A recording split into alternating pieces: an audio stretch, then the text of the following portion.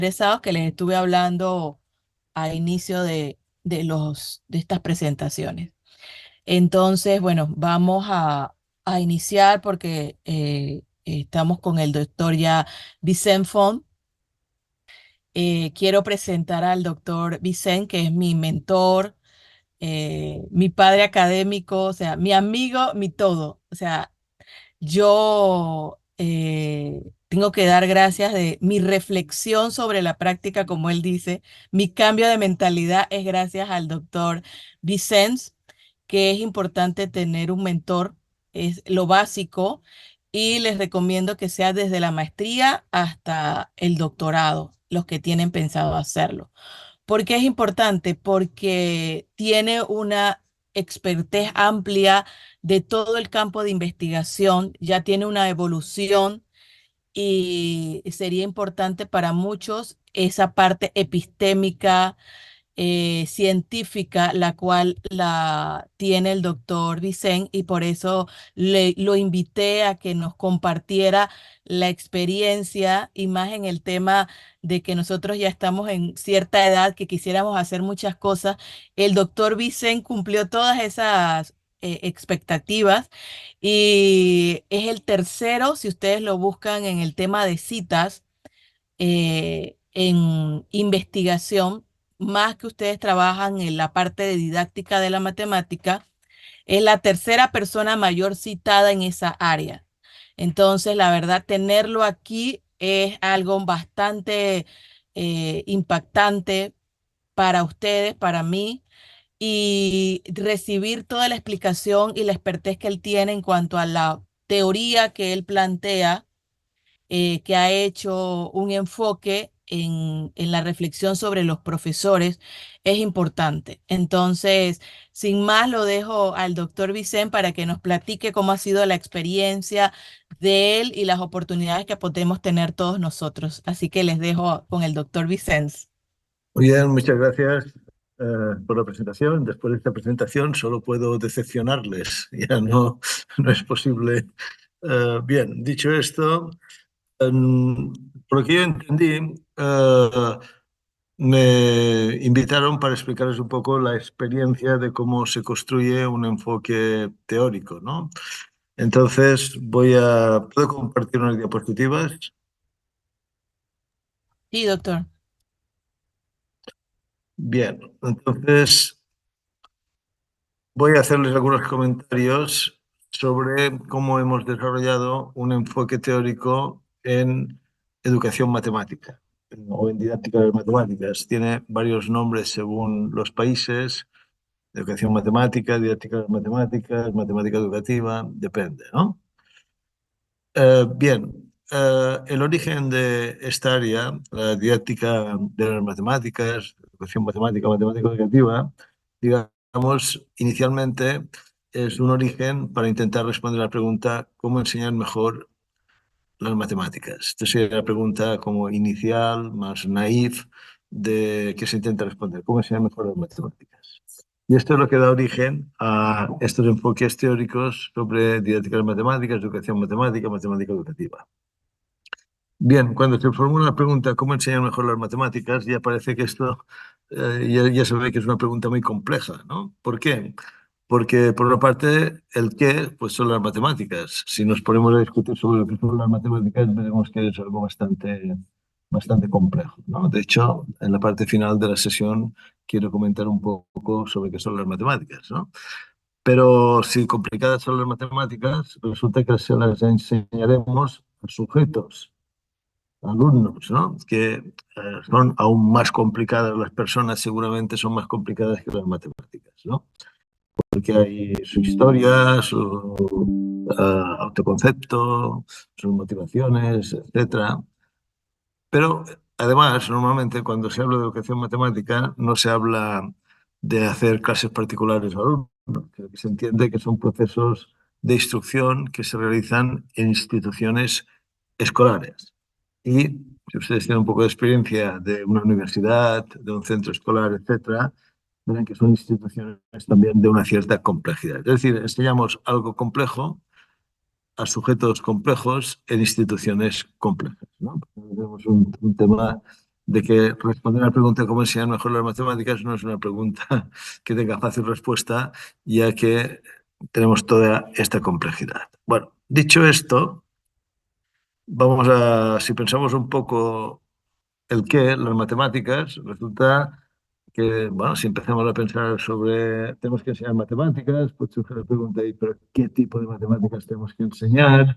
Esto ya nos puede llevar a la filosofía de las matemáticas, a los diferentes enfoques de las matemáticas, etcétera, y ahí tendríamos un largo recorrido de tipo epistémico, epistemológico, ontológico, etcétera, ¿no? Pero es que además la filosofía de las matemáticas está ligada con la filosofía general, con la epistemología general y con la ontología general. O sea que si vamos por la vía de las matemáticas, tenemos muchos temas filosóficos, epistemológicos y ontológicos sobre los que discutir. Esto si nos vamos por la vía de las matemáticas, pero si nos vamos por la vía de la didáctica de las matemáticas, que las matemáticas es una ciencia, pero ¿qué es la didáctica de las matemáticas? No está muy claro. Pero en principio, normalmente en todos los países se considera una ciencia de tipo social, no una ciencia tipo física, química o matemáticas, ¿no? Sino una ciencia social. Entonces, si nos vamos por el área de didáctica de las matemáticas, surge la pregunta, ¿qué tipo de ciencia es la didáctica de las matemáticas? Y entonces aquí hay toda discusión sobre si las ciencias sociales tienen que ser del tipo explicación o del tipo comprensión, ¿no? Son dos planteamientos completamente diferentes sobre cómo deben ser las ciencias sociales. Pero tanto esta discusión entre explicación y comprensión, que es un tema que afecta a todas las ciencias sociales, a su vez está relacionada con temas de epistemología general, ¿no? O sea, que todo se va complicando a la medida que profundizamos un poco. Bueno, y además resulta que en la didáctica de las matemáticas, como es una ciencia social, resulta que no hay un paradigma dominante como puede existir en la física o en otras ciencias, ¿no? Entonces, al no haber un paradigma dominante, hay muchos marcos teóricos, muchos enfoques teóricos, esto es típico de las ciencias sociales, que conviven o malviven, depende cómo se quiera decir, y entonces en la educación matemática han aparecido diferentes programas de investigación, a lo mejor les suena la sección de epistemología que se hace en México, o la teoría de las situaciones didácticas, que el autor es Bruto, que me acaban de informar que ha muerto recientemente, eh, diferentes teorías, y yo particularmente trabajo en una que llaman enfoque antisemiótico, que es lo que voy a comentar ahora. Y estos enfoques teóricos de didáctica de las matemáticas tienen unas ciertas bases de tipo ontológico, epistemológico, y se van desarrollando con constructos teóricos. Estos constructos teóricos sirven para hacer investigación en didáctica de las matemáticas, hacer tesis doctorales, etcétera. También se usan en la formación de profesores y al mismo tiempo, pues, de alguna manera, van generando nuevos temas de investigación, ¿no? Entonces, este sería una panorámica un poco rápida de la problemática que tenemos en didáctica de las matemáticas. Y entonces voy a explicar un poco cómo estos enfoques de investigación se constituyen, en qué consiste un enfoque de investigación. Bien, vamos a empezar por la última, que es la 6, porque ustedes están en un curso de una metodología de investigación, ¿no? Normalmente estos enfoques optan por una o varias metodologías de investigación. Luego yo comentaré por cuál optamos nosotros, pero en principio puede ser una opción ecléctica, es decir, puedes admitir cualquier metodología de investigación, no tiene por qué ser cualitativa o de tipo correlacional, etcétera. En principio, normalmente los marcos teóricos en educación matemática admiten como metodología de investigación cualquier metodología. Uh, pero normalmente para montar un enfoque teórico en educación matemática, uno se tiene que posicionar sobre estos 6 puntos, ¿no? Normalmente se empieza por el punto número 5. Es decir, el enfoque determina un objeto de investigación, o sea, determina qué cuestiones son las que te interesa investigar. Doctor, ¿Sí? disculpe, ¿está compartiendo alguna? porque no se ve nada. Ah, no se ve nada. Ajá, porque ¿Cómo veo es? que habla de unas filminas, pero no la está presentando. No compartió. Ah, caramba, caramba, caramba. Ahora se ve. ¿Se ve o no? Ahora sí. Bueno, vuelvo a empezar un poquito más rápido, pero Ujú. Ahora la colocas como para compartir. sí, pero si no quito esto. ¿Ahora se ven? A ver, ahora sí. ¿Sí? Ahora Excelente. sí, ¿no? Ajá. No, les decía que la invitación era para explicar sobre cómo se ha constituido un enfoque de investigación en didáctica de las matemáticas. Y cuando digo didáctica de las matemáticas, puede ser didáctica de las matemáticas, educación matemática, matemática educativa, porque tienen diferentes nombres según los países, ¿no? Entonces, el origen de la didáctica de las matemáticas, en principio, es intentar responder a una pregunta como muy naif, muy muy ingenua. Esta pregunta es ¿cómo podemos enseñar mejor las matemáticas? ¿No? Y esto es el origen de la didáctica de las matemáticas. Pero con esta pregunta de cómo podemos enseñar las matemáticas ya vemos que la respuesta no es nada fácil porque en la pregunta se ve toda la complejidad. Porque ¿cómo enseñar mejor las matemáticas? Aparece la palabra matemáticas. Por tanto, tenemos que enseñar matemáticas. ¿El qué? Pero resulta que estas matemáticas se las tenemos que enseñar. Las matemáticas son bastante complejas. Y, o sea, tenemos que enseñar una cosa de una cierta complejidad, pero se la tenemos que enseñar a alumnos, que son sujetos. Y los sujetos son más complejos, seguramente, que las matemáticas, porque tienen su historia, su autoconcepto, sus motivaciones, etcétera. Y además tenemos que hacerlo normalmente en instituciones escolares, porque la didáctica de las matemáticas no se plantea la enseñanza de las clases particulares, sino procesos de instrucción realizados en instituciones escolares. Entonces, queremos enseñar una cosa compleja, que son las matemáticas, a sujetos que son complejos en instituciones escolares que también son complejas, ¿no? Entonces, tenemos mucha complejidad y por tanto no hay una receta simple y fácil de cómo enseñar las matemáticas. Bien, dicho esto, si me fijo en las matemáticas y quiero enseñar matemáticas, la primera cuestión que me puedo preguntar, bueno, pero ¿qué tipo de matemáticas, no? Y aquí ya empiezan las discusiones, ¿no? Porque uno considera que tienes que hacer resolución de problemas, modelización, el otro va a considerar que tienes que hacer otra cosa, etcétera. Y esta discusión sobre qué tipo de matemáticas inevitablemente te lleva a una discusión sobre qué filosofía de las matemáticas te interesa a ti. Y y hay muchas opciones diferentes, que es el logicismo, intuicionismo, formalismo, falibilismo, constructivismo social, convencionalismo, etcétera. Entonces esto ya empieza a ser una discusión, pero además la filosofía de las matemáticas resulta que a su vez está relacionada con la filosofía general. Es decir, si nos preguntamos qué matemáticas tenemos que enseñar, pues ahí van a aparecer muchas cuestiones epistemológicas, ontológicas y filosóficas relacionadas con la naturaleza de las matemáticas. Bueno, por ahí ya tenemos una cierta complejidad. Volviendo a la primera figura, para responder a cómo enseñar mejor las matemáticas, se ha construido un área científica, una disciplina científica que se llama didáctica de matemáticas, educación matemática, matemática educativa. Y esta disciplina científica, de entrada, no queda claro qué tipo de ciencia es. Si es una ciencia igual que la física, la química, que funciona por el método científico, o es una ciencia de tipo social. Esto es un tema que está en discusión, pero en la mayoría de los países la administración ha resuelto esta polémica y administrativamente en muchos países la didáctica de las matemáticas se sitúa dentro de las ciencias sociales y no al lado de la física o la química o las matemáticas. Entonces, si nos situamos, si consideramos que la didáctica de las matemáticas es una ciencia social, aparece toda una discusión de tipo epistemológico, ontológico, sobre cómo son las ciencias sociales. Y básicamente hay una discusión si son de tipo explicativo y por tanto tienen que imitar a la física, la química y tal, lo que se llama el positivismo, o bien son otro tipo de ciencias basadas en la comprensión, la empatía, etcétera, que es otro punto de vista. Entonces hay toda una discusión si tenemos que hacer una didáctica de las matemáticas positivista o más bien de tipo comprensiva, etcétera.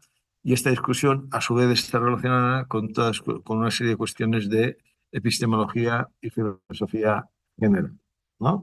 Por tanto, vayamos por un camino, vayamos por el otro, terminamos en cuestiones de epistemología y filosofía general.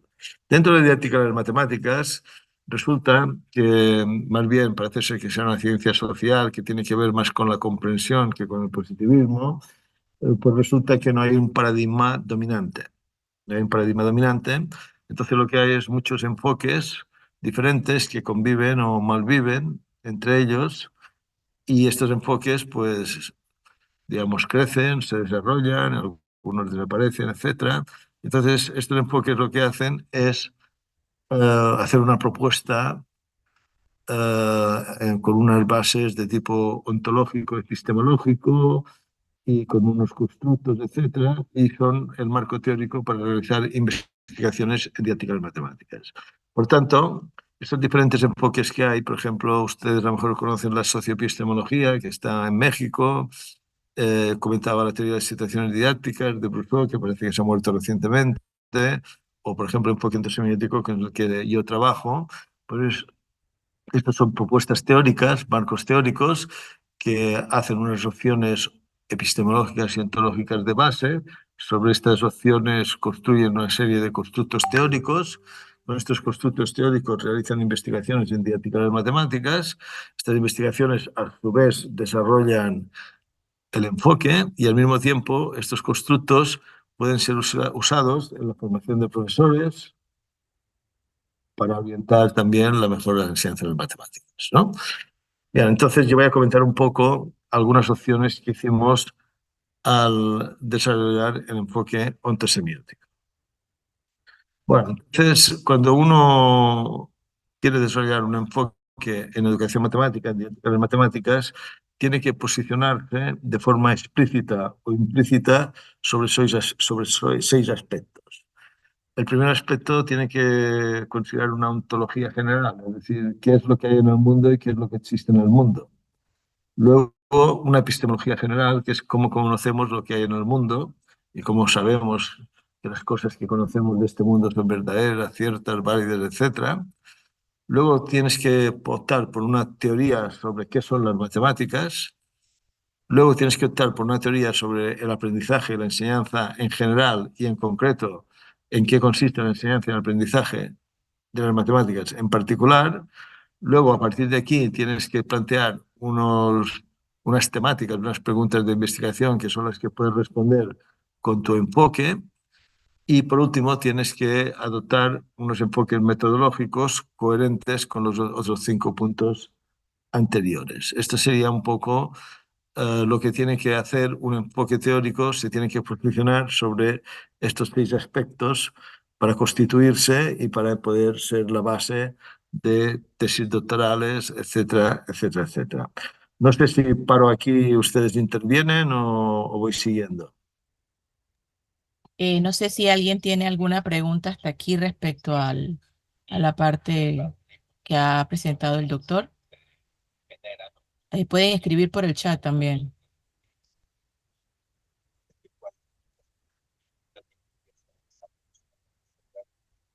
Por ahora no, doctor. Bueno, entonces, como digo, un enfoque teórico, si ustedes, por ejemplo, deciden hacer una tesis doctoral en didáctica de las matemáticas y optan por la teoría de las situaciones didácticas o optan por otro enfoque, se supone que ustedes se están posicionando sobre estos 6 puntos. Lo más habitual es que el punto 1, el punto 2 queden completamente ocultos, con lo cual puede ser que alguien se apunte a un enfoque teórico y realmente no sabe dónde se está apuntando, ¿no? Porque el punto 1 y el punto 2 muchas veces quedan completamente ocultos, ¿vale? Después hay un tercer punto, que es el 3, que en algunos casos ya es más claro y en otros también queda oculto, que es una cierta posición sobre qué es las matemáticas o qué son las matemáticas. En algunos casos los enfoques son claros y se posicionan claramente sobre qué entienden ellos por lo que son las matemáticas, y en otros casos también permanece oculto. Lo que suele ser más o menos claro es la teoría sobre el aprendizaje de la enseñanza en general de las matemáticas que se asume, y en concreto cómo se entiende la enseñanza y el aprendizaje de las matemáticas en este enfoque. Esto suele ser bastante claro. También suele ser bastante claro el tipo de preguntas que se pueden responder con este enfoque, y después se opta por una metodología, y en este aspecto la metodología normalmente se suele ser bastante abierto. Los enfoques admiten cualquier tipo de metodología, desde metodologías cualitativas a metodologías cuantitativas, correlacionales, lo que sea, ¿no? Entonces, esta es la situación general. Si ustedes deciden hacer una tesis en dialéctica en las matemáticas y adoptan un cierto enfoque, puede que ustedes solo se muevan en el 4, 5 y 6 y no sepan, en el fondo, dónde se han metido, porque no saben claramente qué opina este enfoque que manejan del 1, 2 y 3. ¿De acuerdo? Bueno, en el caso del enfoque antisemiótico, lo que nosotros hemos hecho claramente, nos hemos posicionado en el 3, en el 4, en el 5 y en el 6. El 1 y el 2 quedan un poco más ocultos, pero lo que hicimos nosotros fue optar por qué entendemos que son las matemáticas. ¿Vale? Entonces, para ver si, para ver si decidimos lo mismo con ustedes o no, yo aquí les pregunto que me digan con cuál de estas dos afirmaciones están ustedes de acuerdo, con la primera o con la segunda.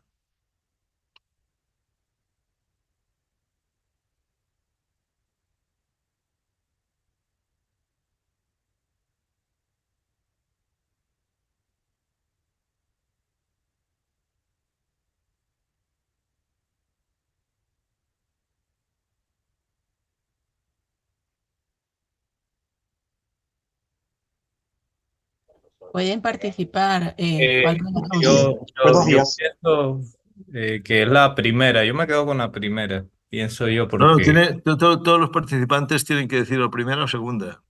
Ok, cada uno. Entonces empezamos por Abdul, sí, la primera. la Primera. primera. Lenin, Yo considero la segunda. la segunda. Darianis, La primera. la primera. Eduardo, si me lo escribe por el chat porque él tiene problemas con el audio, seguimos con Hidalgo, Pienso que la primera. la primera. Germán, Y yo me voy por la número 2 también. la dos. Juan Araúz, Buenos días.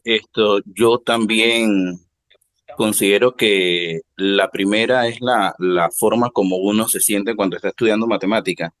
ok, Es un sentimiento que persiste a medida que uno va desarrollando las teorías, encontrando las teorías y dándose cuenta de que las cosas son de esa forma. Y muchas veces no somos conscientes, como lo decía el profe hace un rato, cuando se está eligiendo una línea de estudio, a veces no se sabe exactamente cuál es la que estamos trabajando o todo lo que hay implícito dentro de ella. Saludos. perfecto. Emanuel, Pienso que la primera, la primera. la primera. Rolando,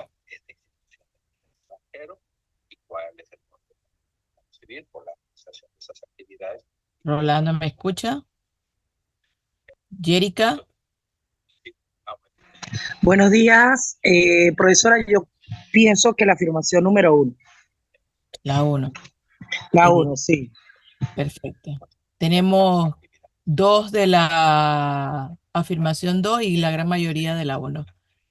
Muy Rolando bien. me falta y aquí ya están que los dos no han podido, tienen problemas. La 2 dice Eduardo también, así que vamos 4 de la 2 y No, 3 de la 2. 3 de la 2, perdón, 3 de la 2 y 10, 8, 9 de la 1.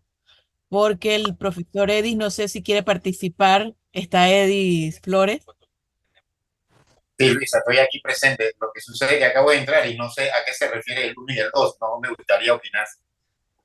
Ah, vale. Ok, me tengo que empaparme un Bueno, poquito la más para afirmación, poder participar. Y bueno, la aprovecho afirmación, que abrí el micrófono para saludar al doctor Vincent. Un hola, ¿qué fuerte tal? abrazo, profesor. Gusto en Igualmente, verlo. Sí, igualmente. sí. No, la afirmación 2 lo que dice es que si no hubiera el género humano, no habría matemáticas, ¿no? Es decir, las matemáticas sería una construcción humana y por las características humanas nosotros interpretamos y construimos el mundo matemáticamente. O sea, el que pone las matemáticas en el mundo somos nosotros, no las descubrimos en el mundo. Esto es lo que dice la afirmación número 2. La afirmación número 1 lo que dice es que nosotros descubrimos las matemáticas que están en el mundo, ¿no? Hacemos un descubrimiento, no una invención, no una construcción, que es lo que dice la 2. Para que se hagan una idea, no sé si se conocen los planes para contactar con los extraterrestres, ¿no? Se supone que en el universo hay otras civilizaciones, entonces una manera de conectar con los extraterrestres es enviarle fórmulas matemáticas, ¿no? Entonces envía el teorema de Pitágoras y cosas de este estilo, ¿no? Porque se presupone que pues, los extraterrestres pueden ser muy diferentes de nosotros, pero el teorema de Pitágoras lo habrán encontrado igual que lo hemos encontrado nosotros, porque el teorema de Pitágoras no depende de las personas, sino del mundo, ¿no? El que nosotros como intentamos conocer, ¿no? O sea, es un poco el discurso de la afirmación número 1. ¿De acuerdo? Vale, entonces, dicho, ¿están claras las dos afirmaciones, la diferencia entre una y la otra? Bueno, entonces los que ustedes afirman el 1, los que han afirmado el 1, ustedes son realistas. Y los que han afirmado el 2 se llaman constructivistas. No el constructivismo psicológico que se explica en la educación matemática, sino el constructivismo filosófico, que es otro tipo de constructivismo, ¿no? Pero prácticamente los partidarios de la 1 son realistas. ¿Vale? Ahora vamos a ver qué clase de realistas son ustedes. Porque ustedes pueden ser realistas platónicos o pueden ser realistas empiristas. Entonces, ahora vamos a ver, de estos 9, ustedes descubren un mundo de objetos platónicos que están fuera del espacio y el tiempo y tal, que son lo que descubren sus propiedades y tal, o simplemente descubren ustedes la verdadera y profunda estructura del mundo.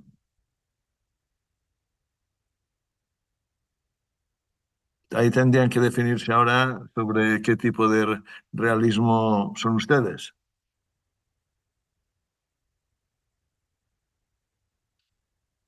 ¿Nos Los repite las conjuntos. opciones, por favor, profe? Sí, las opciones, la primera opción es la opción realista. Se supone que las matemáticas existen en alguna realidad y nosotros la descubrimos porque tenemos las capacidades para descubrir estos objetos matemáticos, sus propiedades, sus relaciones, etcétera, ¿no? Entonces, por esto se llama que somos, los de la opción 1 son realistas. Existe una realidad con independencia del género humano que nosotros podemos descubrir estos objetos, reconocer sus propiedades, estudiarlos, etcétera, ¿no? Bueno, esto es la posición número 1. Pero una vez estamos en la posición número 1, hay dos opciones.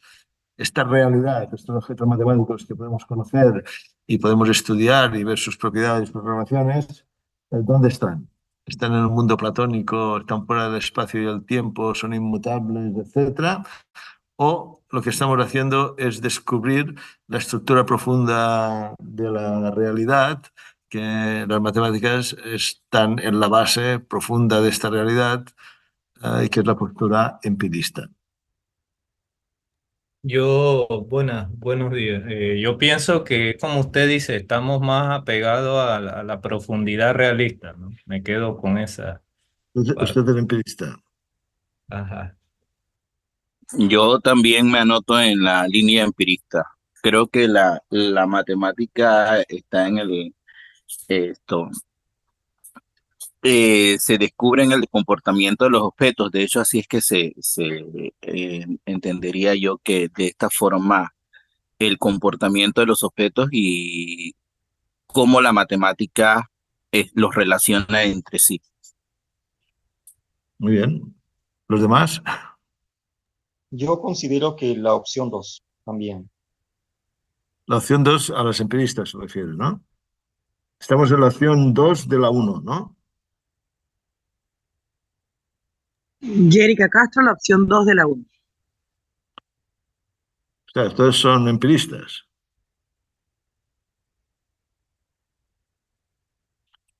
¿Alguien que sea platónico por ahí? De hecho, los matemáticos, cuando no piensan y reflexionan en filosofía de las matemáticas, son platónicos, en la práctica, todos. Solo cuando les preguntan así, se sienten un poco incómodos, se declaran empiristas, pero luego en la práctica habitual más bien funcionan en términos platónicos. Pero bueno, no hay nadie que defienda el platonismo, ¿no?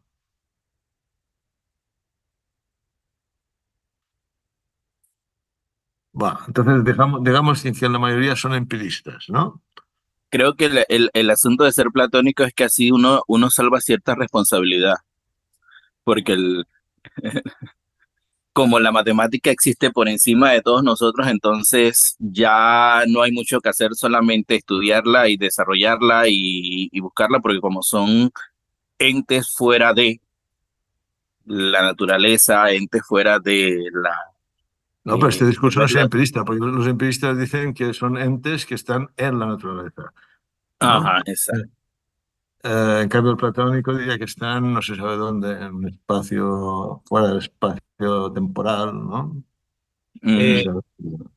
También pienso que el método realista tiene que ver con que las matemáticas, cuando usted afirma algo, tiene que ser demostrado, ¿no? O sea, tiene que ser afirmado, ¿no? O sea, sustentado en bases reales. Bueno, porque tanto sea usted lo que sea, al final demostrar tiene que demostrarlo, sea lo que sea, ¿entiendes? O sea que no es un elemento diferenciador este, ¿no? Porque opte por lo que opte, al final tendrá que demostrar, ¿no? O sea que no estaría aquí la diferencia, ¿no? Bueno, entonces vamos a avanzar un poco. A ver, no sé si ven ustedes este esquema de aquí, ¿vale? Ah, la cuestión está sobre si somos realistas, platónicos y todo esto tiene que ver con el problema de la relación entre las matemáticas y el mundo de las cosas, ¿no? Es el tema, qué relación hay entre las matemáticas y el mundo de las cosas, ¿no? Cuando digo el mundo de las cosas me refiero a los árboles, las sillas, las mesas y todo este tipo de cosas, ¿no? Entonces, a partir de aquí ha habido una discusión filosófica importante en matemáticas sobre si las matemáticas eran lógica o si la lógica era matemáticas. Hay un planteamiento que es el logicismo, que dice que las matemáticas forman parte de la lógica, pero es igual. Ahora, para lo que quiero comentar, es indiferente. Voy a tratar con un solo paquete la lógica y la matemática sin entrar si uno se come al otro o no, ¿vale? Entonces, cuando nos planteamos la relación entre las matemáticas barra la lógica y el mundo de las cosas, prácticamente tenemos dos opciones, que son las dos primeras que le he planteado. O somos realistas, es decir, consideramos que las matemáticas nos están describiendo un mundo que existe con independencia de nosotros, del género humano me refiero, o somos constructivistas, que quiere decir que asumimos que si no hubiera género humano no habría matemáticas. No sabríamos lo que habría, ¿no? Pero las matemáticas las ponemos nosotros para organizar un caos de lo que sea, ¿no? Que son los de la derecha, ¿no? Ustedes básicamente se han inclinado por la izquierda, ¿no? Porque descubrimos y describimos unos objetos que existen con independencia del género humano, ¿no? Pues describimos una cierta realidad. Entonces la cuestión es si esta realidad es platónica o es empirista. Esta es la discusión de fondo, ¿no? Entonces, los platónicos lo que vienen a decir es que hay el platonismo radical, que dice que, bueno, básicamente existe un mundo fuera del espacio temporal, donde estarían los objetos matemáticos, nosotros tenemos la capacidad cognitiva para descubrirlos, estudiarlos, encontrar sus propiedades y bueno, y hacemos matemáticas, ¿no? Y luego está lo que se llama el platonismo interno débil, que es el platonismo de un matemático normal y corriente que no hace ninguna disquisición filosófica, pero a efectos prácticos supone que sus objetos existen con independencia de él, encuentra sus propiedades, etcétera. O sea, en la práctica trabaja con un planteamiento más o menos platónico, ¿no? todo lo que no es contradictorio existe y bueno, es cuestión de ver si podemos demostrar cosas sobre esto que existe, ¿no? Esto es lo habitual, ¿no? Últimamente se ha puesto más de moda los planteamientos empiristas, que también son muy antiguos, ¿no? Los empiristas, bueno, está el empirismo radical, que el empirismo radical eh, sería básicamente de Stuart Mill, que ahora está muy de moda con todo esto, con todo el tema del uso de los materiales manipulativos. Lo que viene a decir es que las matemáticas serían generalizaciones sobre el mundo de nuestras experiencias, serían los resultados que podríamos aplicar a cualquier objeto, ¿no? Entonces, vendría a ser un poco una... Las matemáticas no tendrían ninguna diferencia con la física, con la química, ¿no? Sino serían generalizaciones inductivas de nuestras experiencias, ¿no?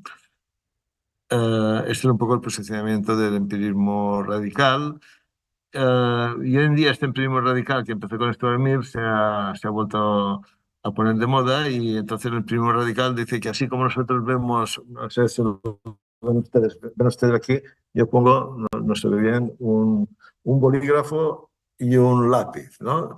Entonces un empirista radical diría que existe el lápiz, existe el móvil y existe el conjunto formado por dos objetos.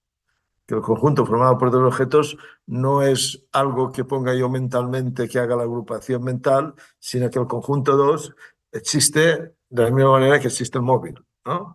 Esto es lo que dice el empirista radical, ¿no? Eh, Luego viene el empirista holístico, que es un poco diferente. El empirista holístico viene a decir, a ver, olvidémonos de las matemáticas y hablemos de física y química. ¿Ustedes creen que existen los electrones y los protones, por ejemplo? Sí, al menos teóricamente sí, porque No, la aplicación no ¿existen o no existen? sí existen. Claro que sí. Bueno, creo que sí, o sea, es muy discutible si existen los... O sea, lo que existe, lo que evidente es que hubo una bomba atómica que quemó a un montón de personas cuando explotó y tal. O sea, lo que es, la evidencia que tenemos es que un montón de gente se quemó, etcétera y tal, ¿no? Entonces hay una explicación teórica donde que explica esto en base a un constructo teórico que son electrones, protones, neutrones, etcétera y tal, ¿no? Y entonces, de alguna manera, asumimos que esto existe, o sea, que la estructura profunda de la realidad son protones, electrones, neutrinos, lo que sea, ¿no? Y aceptamos su existencia, ¿no? Entonces los empiristas holísticos dicen, oiga, pero debajo de los protones, neutrones y electrones, a veces a lo mejor tiene usted la estructura de grupo, ¿no? Entonces, ¿por qué me admites los electrones y protones como existentes y no me admites como existente lo que está por debajo de los electrones y los protones, que es algún tipo de relación matemática? Por ejemplo, hay una estructura de grupo en alguno de estos casos y tal, ¿no? Entonces, los empiristas holísticos dicen que, bueno, si las matemáticas, junto con la física y con la química, te permiten explicar las experiencias que tú observas, ¿por qué admite la existencia solo hasta los objetos de la física y la química, como protones y electrones, y no admites también las matemáticas que están por debajo, ¿no? Entonces, dice que no es honrado, dice que no es honrado dudar de las matemáticas, porque dice que las teorías es una mezcla de teorías físicas y matemáticas que se enfrentan conjuntamente al juicio de la experiencia, ¿no? Entonces, si yo tengo un montaje teórico medio físico, medio matemático que me explica la bomba de Hiroshima, pues tengo que aceptar la existencia de todo. No, no puedo decir que admito los protones y los neutrones y no admito la estructura de grupo que puede haber debajo de estos cuestiones teóricos. Esto es lo que dicen los empiristas teóricos. Entonces viene a decir que las matemáticas, los objetos de las matemáticas serían los objetos que están en la estructura profunda de la realidad. No sería cuestión de capas, ¿no? ¿Vale? Luego, Históricamente, luego están los empiristas lógicos, ¿no? Que esto es otra historia diferente, ¿no? Los empiristas más o menos decían que hay dos tipos de conocimiento, ¿no? Los conocimientos sintéticos y los analíticos. Por ejemplo, si yo digo que los metales se dilatan, si yo hago esta afirmación, la única manera de saber si esto es verdadero o es falso es ir a poner los metales, ponerles fuego y ver si se dilatan o no se dilatan. Es decir, son posteriores a la experiencia, ¿no? Es la experiencia la que tiene que decirme si esto es así o no, ¿eh? En cambio, si yo digo, por ejemplo, uno típico, que los solteros son no casados, necesito ir a buscar qué pasa con los solteros, si están casados o no están casados, para saber si esto es verdadero o es falso. Entonces, según su argumento, eh, esto sería verdadero por la estructura lógica, ¿no? La estructura lógica hace que estas sean afirmaciones verdaderas, ¿no? Entonces, para los empiristas lógicos, se solucionaba el problema de las matemáticas diciendo que eran verdades tautológicas. Eran verdades por su estructura. Era como decir, los solteros son no casados, ¿no? Entonces ellos dividían las afirmaciones entre sintéticas y analíticas y decían que las matemáticas se dedicaban a las afirmaciones analíticas, es decir, no informaban sobre el mundo, no nos decían nada sobre el mundo, mientras que las sintéticas sí. ¿Eh? Bueno, ellos hacían una distinción muy fuerte entre sintético y analítico, que es muy discutible, es muy fuerte, ¿no? Porque creo que, por ejemplo, si yo afirmo que los maridos son aburridos, ¿este qué sería? ¿Sintético o analítico?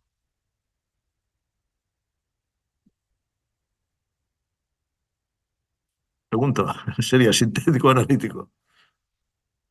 Alguna señora me dirá que esto es analítico, seguro. Opine Que la no. profe. ¿Eh? O sea, me refiero a que es una distinción discutible y tal, pero bueno, se soluciona el problema en las matemáticas. Las matemáticas siempre ha creado un problema en los empiristas, ¿no? Siempre se ha creado un problema de cómo es posible tener conocimiento matemático que no depende de la experiencia y tal. Entonces se solucionaba este problema diciendo que esto era como la lengua, ¿no? Que eran verdades por su forma, por su estructura o tal, pero no tenían que ver nada con el mundo, ¿no? Estos eran los empiristas lógicos. Y luego los radicales dicen que, o los holísticos dicen que las matemáticas te dan información sobre la estructura profunda del mundo, ¿no? Los radicales dicen que existen, que puedes verlos, que no hay duda de que existe un conjunto formado por dos objetos, y los holísticos dicen que si lo admites en el montaje teórico, al final tienes que admitir que tus montajes teóricos existen, ¿no? Algo menos sería esto. Bueno, ¿alguna duda sobre, bueno, supongo que hay muchas, ¿no? Pero sobre esta historia más o menos realista. ¿No? Luego están los de la derecha. Los de la derecha son los constructivistas. Los de la derecha lo que dicen es el género humano, por lo que sea, tiene una serie de características que imponen las matemáticas a lo que está fuera del género humano y estructura lo que está fuera en términos matemáticos y las matemáticas las ponemos nosotros. Es decir, el mundo es matemático porque nosotros lo hacemos matemático. ¿De acuerdo? Y esto tiene diferentes versiones. La versión que ustedes a lo mejor pueden conocer es el constructivismo psicológico, ¿no? El constructivismo psicológico, por ejemplo, el caso de Piaget, lo que Piaget les dice es que ustedes, una persona normal y corriente, va desarrollándose evolutivamente y su cabeza se va organizando de diferente manera. Entonces empiezas con los niños pequeños, tienen una manera de entender que es muy diferente a las personas mayores, por esto se habla del término uso de razón. A los 7 años los niños empiezan a tener uso de razón, es decir, que empiezan a razonar de una forma diferente a como razonaban antes. Entonces llegan a, según Piaget, se van desarrollando la etapa preoperatoria, la etapa operatoria, llegas a la etapa de las operaciones formales. Entonces, cuando tú tienes estructurada la cabeza en términos de la etapa de las operaciones formales, es cuando tú puedes hacer matemáticas y ciencia, ¿no? Entonces, esta estructura mental es la que hace que tú puedas ver las matemáticas como algo necesario, etcétera, etcétera, etcétera, ¿no? Entonces él explica la necesidad y las verdades matemáticas por un tema de estructura psicológica que tenemos todos. ¿Por qué nos ponemos todos de acuerdo en que una demostración matemática es una demostración? Porque todos tenemos la cabeza organizada de la misma manera y razonamos de la misma manera, ¿no? ¿Seguimos por ahí o se entiende este punto de vista o no?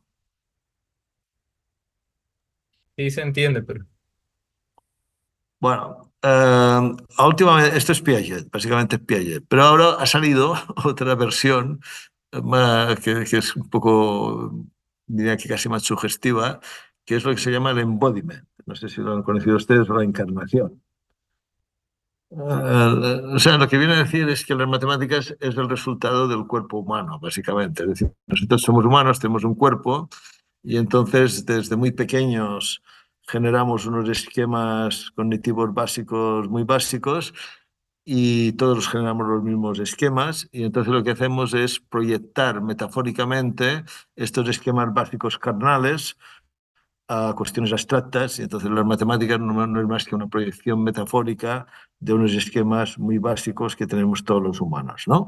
Según este discurso, si tú tomas dos hermanos gemelos exactamente iguales y pones uno en la Tierra y otro en un planeta donde la gravedad sea diferente, sus esquemas corporales serán diferentes porque están sometidos a gravedad diferente, entonces las matemáticas de uno sería diferente a las matemáticas del otro, porque como los esquemas básicos serían diferentes, las proyecciones metafóricas que harían de estos esquemas serían completamente diferentes, ¿no? Entonces es todo un discurso que le llaman las matemáticas encarnadas, que, bueno, básicamente las matemáticas surgen del cuerpo humano, de unos esquemas muy básicos que se generan en las primeras edades y luego se proyectan metafóricamente.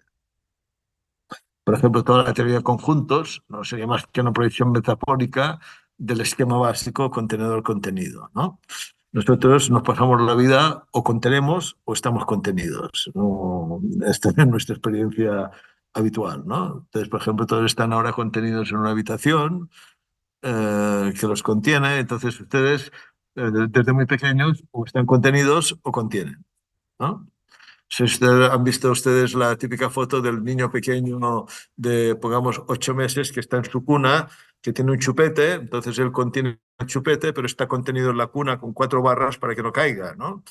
Entonces, esta estructura tan significativa de pequeño te marca completamente. Entonces, ahí generas el esquema del contenedor contenido y esto es lo que te permite, pues, proyectarlo y hacer la teoría de conjuntos, ¿no? Que es una proyección al abstracto de estos esquemas básicos, ¿no?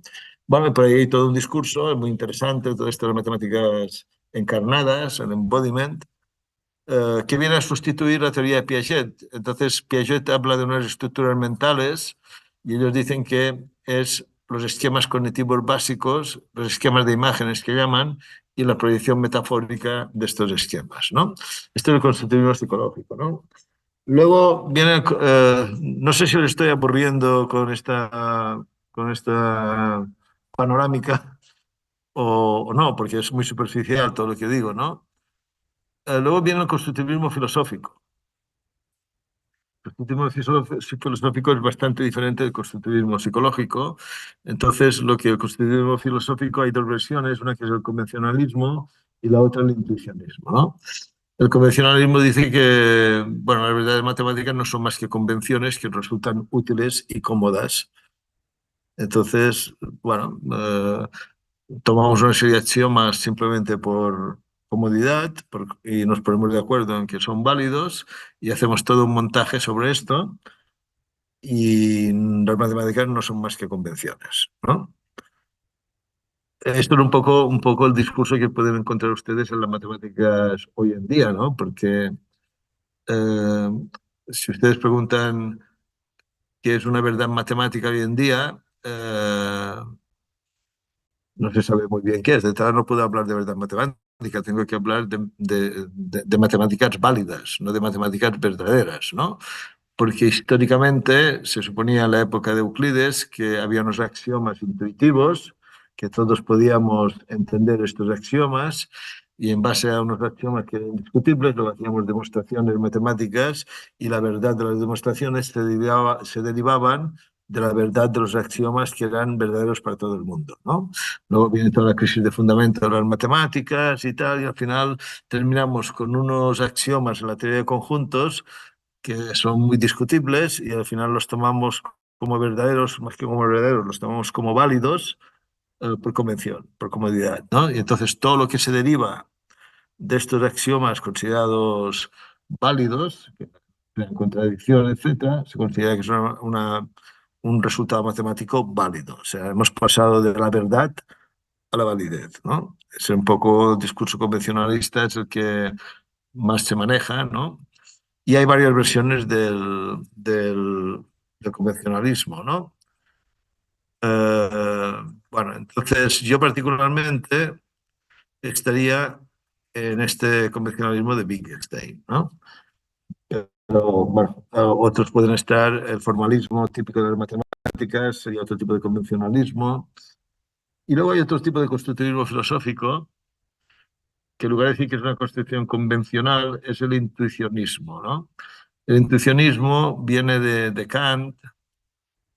Kant lo que decía es que, digamos, tenemos un mundo de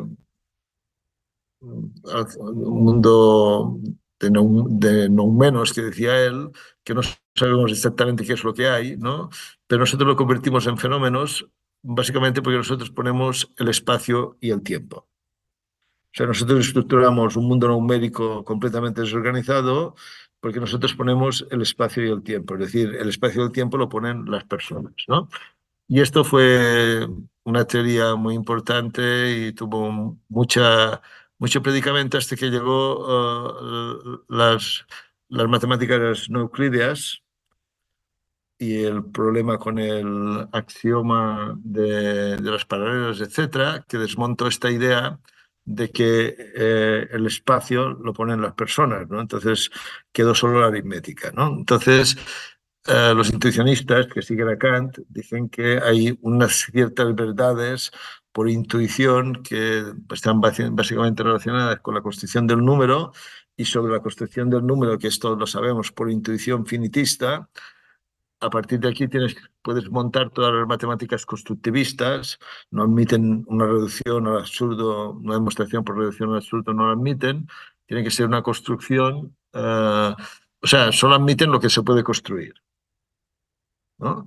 Y es todo el discurso intuicionista está basado en este punto de vista de que tenemos una intuición para captar ciertas verdades básicas relacionadas con el número y sobre estas verdades básicas podemos construir de manera constructivista todas las matemáticas, ¿no?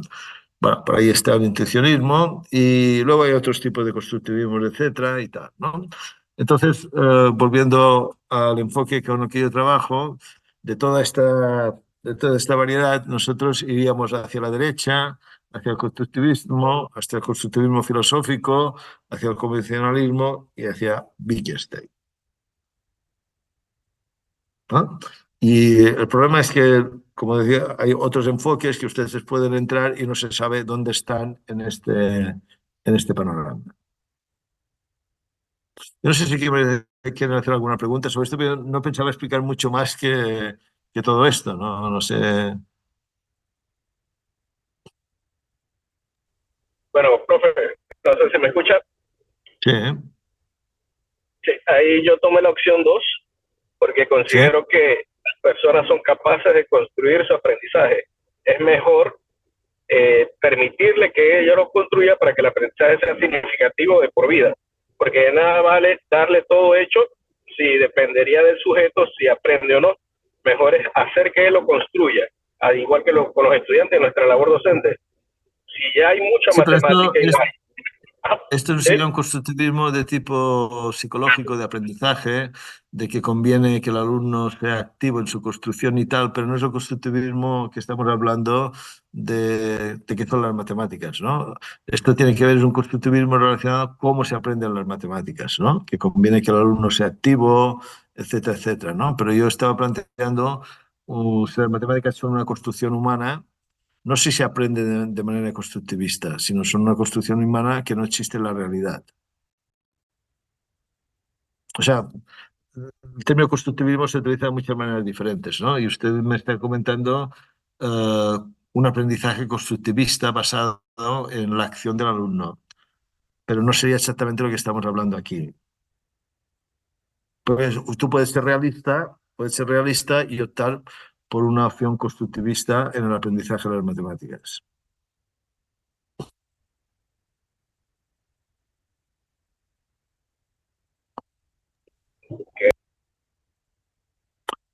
Bueno, este esquema que les he enseñado aquí, a mí me costó como 25 años hacerlo, ¿eh? No, no se crea que sea fácil, ¿no? Porque esto es un caos total, ¿eh? O sea,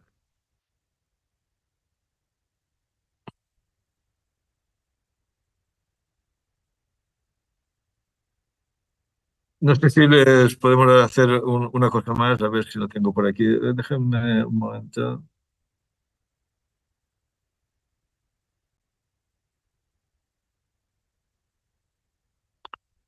A ver, ¿qué me pasa este que no se va? Deja de compartir.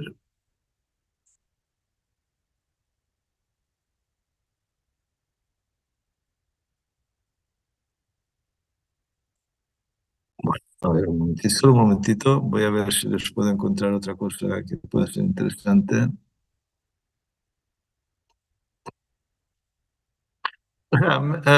Vayan pensando ustedes a ver cómo me pueden convencer que... A ver, un momento.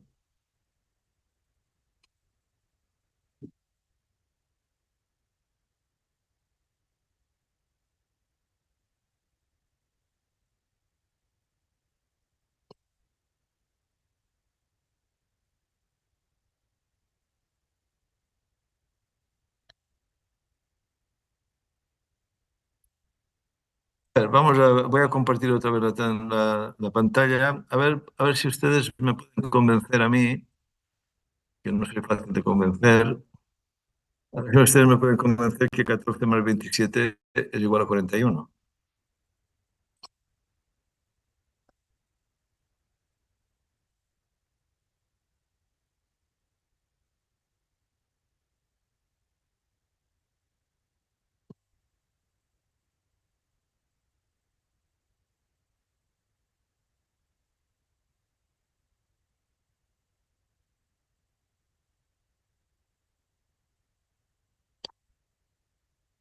Bueno, vamos a hacer, van a ver ustedes cómo se hacen trampas con el aprendizaje significativo.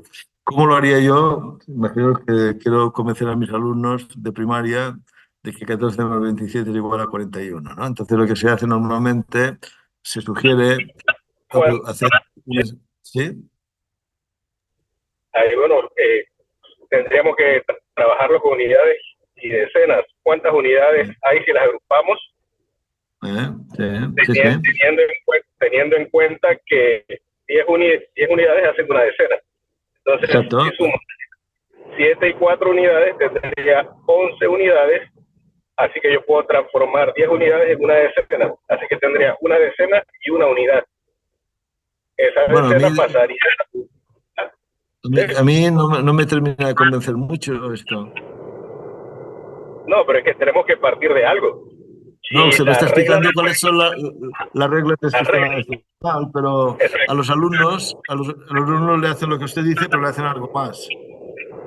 A los alumnos le hacen lo que usted dice, pero le hacen algo más. O sea, a los alumnos le dicen, vamos a hacer una secuencia de tipo manipulativa, gráfica y simbólica, que convencerá a cualquiera que 14, no sé qué número he dicho, 27 más 14 es 41, ¿no? Entonces, utiliza material manipulativo y hace lo siguiente. A ver, 14, una decena y 4 unidades. 24, dos decenas y... No, 27, perdón. Dos decenas y 7 unidades. Estamos hablando de la suma. ¿Qué consiste la suma? En juntar, ¿no? Ese material, profesor, solo se parece a los bloques de Dines. Sí, sí, sí, es un poco lo que usted me ha dicho, pero con material manipulativo, ¿no? Entonces juntamos todo porque estamos sumando y la suma es una juntar, ¿no? Y ya está, y tenemos tres decenas y todas estas unidades, lo que hacemos es agrupar las unidades, ¿no? Que tenemos 11 unidades, las agrupamos y agrupamos las decenas. Y entonces, si tenemos 11 unidades, tenemos que cambiar 10 unidades por una decena, ¿no? Y ahora tengo 4 decenas y una unidad, por tanto tengo 41. ¿De acuerdo? Y entonces lo que hacen normalmente, esto lo hacen con material manipulativo. Primero con material lo tocan, luego hacen estos dibujos que acaban de ver ustedes. O sea, primero material manipulativo, luego dibujos icónicos. Y luego se pasa a la parte simbólica. Y entonces se ponen esta especie de tabla donde se pone una decena y 4 unidades, 2 decenas y 7 unidades. Y lo que hemos hecho con las manos y con lo que hemos hecho icónicamente, lo intentamos hacer simbólicamente. Entonces 4 y 7, 11. Cortamos el 11, pasamos el 1 a las decenas, nos quedamos con 1. Esto sería un prealgoritmo y al final terminamos con el algoritmo y hemos demostrado y hemos convencido a cualquier incrédulo que 14 más 27 es igual a 41, ¿no? Pregunta, ¿alguien duda que 14 más 27 es 41 o alguien sabe dónde he hecho la trampa o no?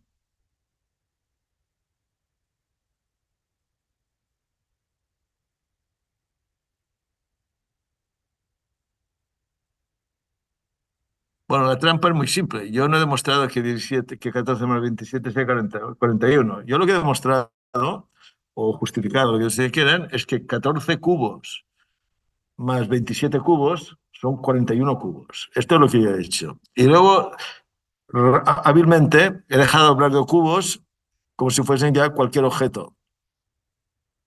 Y luego, ya el objeto lo he cambiado por números. Generalización. He cambiado, o sea, porque lo único que he hecho, lo único que puedo, con todo lo que he hecho, lo único que puedo decir es que 14 cubos más 27 cubos son 41. De aquí a decir que el número 14 más el número 27 es 41, hay todo un mundo.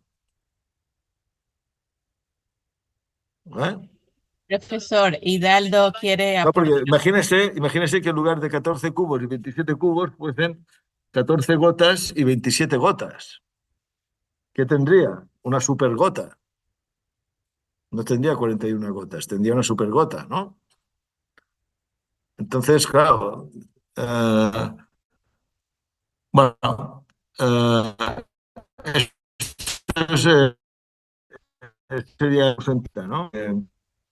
Yo manejé todo y todo lo generalizo, etcétera. Tenemos otro participante, doctor. Y Sí, usted hizo una como en realidad lo que está haciendo con esto, aplicar cubos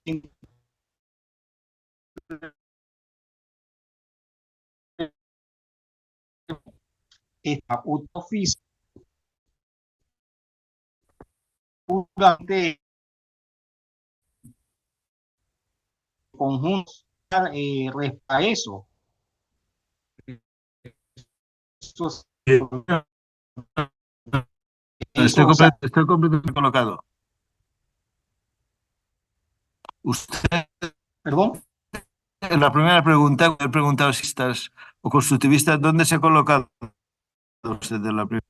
Bueno, pues usted no es realista, usted es convencional, el discurso que me está haciendo ahora. Disculpa, pero se me está diciendo que yo le puedo poner miles de ejemplos en que hay uno, pero si yo le pongo un contraejemplo de que 14 más 27 no es 41, por ejemplo, el de las gotas, simplemente usted no me lo va a aceptar. Un me decía que más 27 es 41 porque hay unas reglas y unas propiedades de la teoría de números que dice que yo puedo cambiar el símbolo que es el más por 27, lo puedo cambiar por 41, ¿no? Y entonces toda esta cosa que hago con objetos físicos, lo que sirven es para poner ejemplos positivos de esta propiedad. A la que le ponga un ejemplo negativo de esta propiedad, usted me va a decir no sirve, no vale, no la voy a tomar en cuenta. Entonces, cuando solo admito ejemplos positivos y no admito un ejemplo negativo, es cuando estoy actuando de forma convencionalista y no de forma realista. O le pongo otro ejemplo de estos para generar, para provocar, ¿no? Si yo pongo 14 conejos y 27 conejas y pongo muchísima comida y voy al cabo de 20 años, ¿qué voy a tener? ¿41 conejos? No, va a tener una No. multitud de conejos, muchos. Entonces, que este ejemplo no sirve, no es una tontería, tal, fuera, ¿no? No sirve para autorizar que 14 más 27 es 41. O sea, la cuestión es que yo puedo poner todos los ejemplos positivos para convencer al alumno, ¿no? Pero a la que aparezca un ejemplo negativo, lo que voy a hacer es no considerarlo por absurdo, por ridículo, por fuera de sentido, etcétera, ¿no? Y esto es porque este me está haciendo un discurso convencionalista de las matemáticas. Las matemáticas son reglas porque las usamos como reglas, aunque parezca que hacemos descripciones realistas de las matemáticas.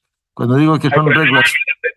En ese tema, cuando habla de reglas, en el caso que utilizamos materiales, ahí tenemos que tener mucho cuidado con las reglas, porque si el mismo material tiene muchas reglas, el material se convierte en un obstáculo.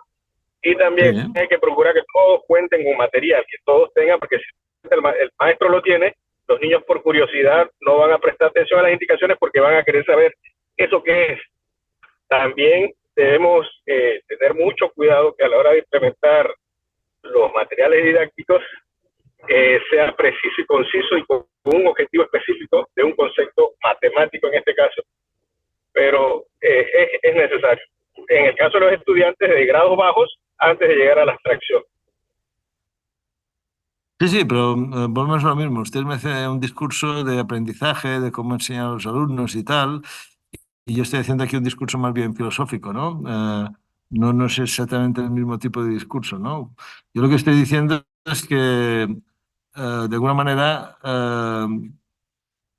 cuando tengo estas propiedades de números, son válidas no por el hecho de que yo maneje objetos y material manipulativo y tal, sino que estos objetos lo que pueden es ejemplificar la propiedad, pero no pueden justificar la propiedad. La justificación Sí, viene por por ejemplo, otra parte. bueno, por eso me permite, por ejemplo, en el caso que usted habló de las gotas, 14 gotas más 27 gotas, voy a tener una supergota, pero ahí entonces me está cambiando la unidad. Hay que dejarle claro al estudiante una gota que es, definir qué es una gota, porque esa supergota no cabería dentro de la definición de gota. O en el caso de los conejos, no podría porque sería un problema futuro. Y si estamos resolviendo el problema en pero fíjese que lo que estoy haciendo me está diciendo que todos los contraejemplos que pongo son absurdos, son ridículos, no sirven, están mal puestos. O sea, usted me está rechazando cualquier contraejemplo. Correcto. O sea, la cuestión de fondo es que es imposible poner un contraejemplo. Porque solo son válidos los ejemplos positivos. A la que aparezca un ejemplo negativo lo vamos a rechazar. Es como, cuando digo que son como reglas, es como decir, mira, hay una regla que dice que la gente educada se da la mano cuando se encuentra. Vale, muy bien. Entonces yo voy y veo dos señores que se encuentran y no se dan la mano y digo, esta regla no es verdadera porque estos dos no se han dado la mano. Y tú dices, ¿cómo que va? Lo que pasa es que este es un mal educado y punto, ¿no? Si me explico, ¿no? El contraejemplo no invalida la regla. Simplemente se excluye. No sé si conocen ustedes la Profe, demostración. ¿Sí? perdone, en este caso estamos pensando, basado en el rechazo de los contraejemplos, estamos pensando como convencionalistas. Bueno, un convencionalista Estamos, lo que dice es que las matemáticas son convenciones y, digamos, la verdad es porque asumimos la verdad de las convenciones de base y todo lo que se deriva por demostración, ¿no? bien, Entonces, cuando hemos... entonces en el caso que estamos rechazando los contraejemplos, ¿qué tipo de pensamiento es el que estamos adoptando? ¿O No, pero estamos, un convencionalista en qué posición es? no rechaza todos los contraejemplos, ¿no? No rechaza todos los contraejemplos, ¿no? En absoluto. Lo que pasa es que lo que dice es que los resultados matemáticos, una vez que tú tienes el resultado es verdadero porque se derivan, lógicamente, de unas convenciones. Y cuando usted quiere justificarlos y enseñarlo a los alumnos, lo que hace es siempre mostrar ejemplos positivos. porque ningún ejemplo negativo puede inventar un resultado derivado por demostración de cosas. No sé si me estoy explicando. O sea, la verdad de 27 no, no depende de lo que haga con cubos, depende de las propiedades que estoy aceptando de los números naturales. Y algunas las acepto por convención, sobre todo si derivan de la teoría del conjunto. Esta es la cuestión, ¿no? Es decir, los resultados son válidos porque son convenciones asumidas como válidas. Sí, para Y entonces, poder, cuando tengo un resultado, poder hacer un nuevo concepto o ampliar el esquema, no debe contradecir. bueno, esto sería una formulación, no sé, lo voy a poner otro ejemplo diferente, ¿no? Es decir, no sé si conocen ustedes la demostración del teorema de Euler, un poco la historia del teorema de Euler, ¿no? Viene Cauchy y hace una demostración del teorema de Euler que durante muchos años se considera que es una demostración que es correcta, ¿no? Entonces empiezan a aparecer contraejemplos al teorema de Euler. Aparecen poliedros que no cumplen el teorema de Euler.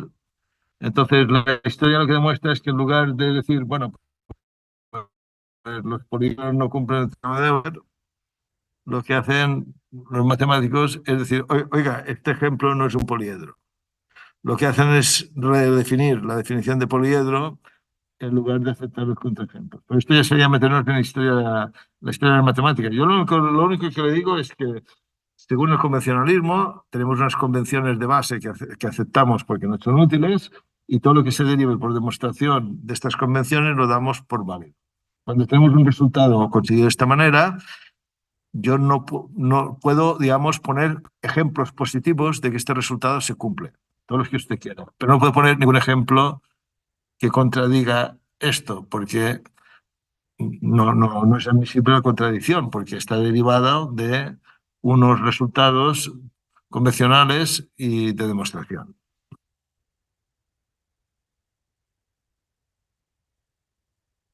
No sé si me estoy explicando o no, pero claro, si yo soy realista, existen los poliedros. Bueno, muy bien. ¿Los poliedros cumplen el teorema de Euler? Puede que sí, puede que no. Si yo encuentro un contraejemplo de poliedro que no cumple el teorema de Euler, si yo fuese realista, tendría que decir que los poliedros no cumplen el teorema de Euler, ¿no? Pues esto no es lo que ha pasado en la historia de las matemáticas, sino que se ha ido cambiando la definición de poliedro para que al final llega a que el teorema de Euler lo cumplen los poliedros que cumplen el teorema y punto, ¿no?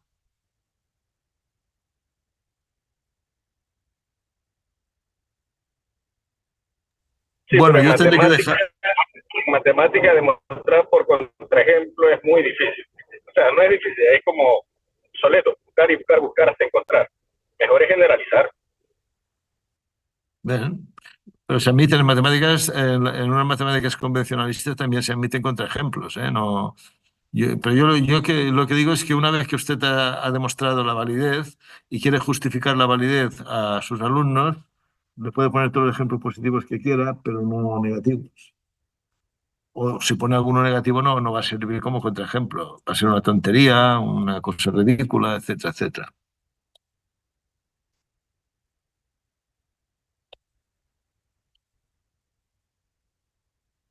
Bueno, tendré que dejarles aquí porque ha habido una confusión de días y yo estoy en otra sesión al mismo tiempo. No sé si... Sí, el doctor, bueno, primero queremos agradecer al doctor Vicente por el tiempo.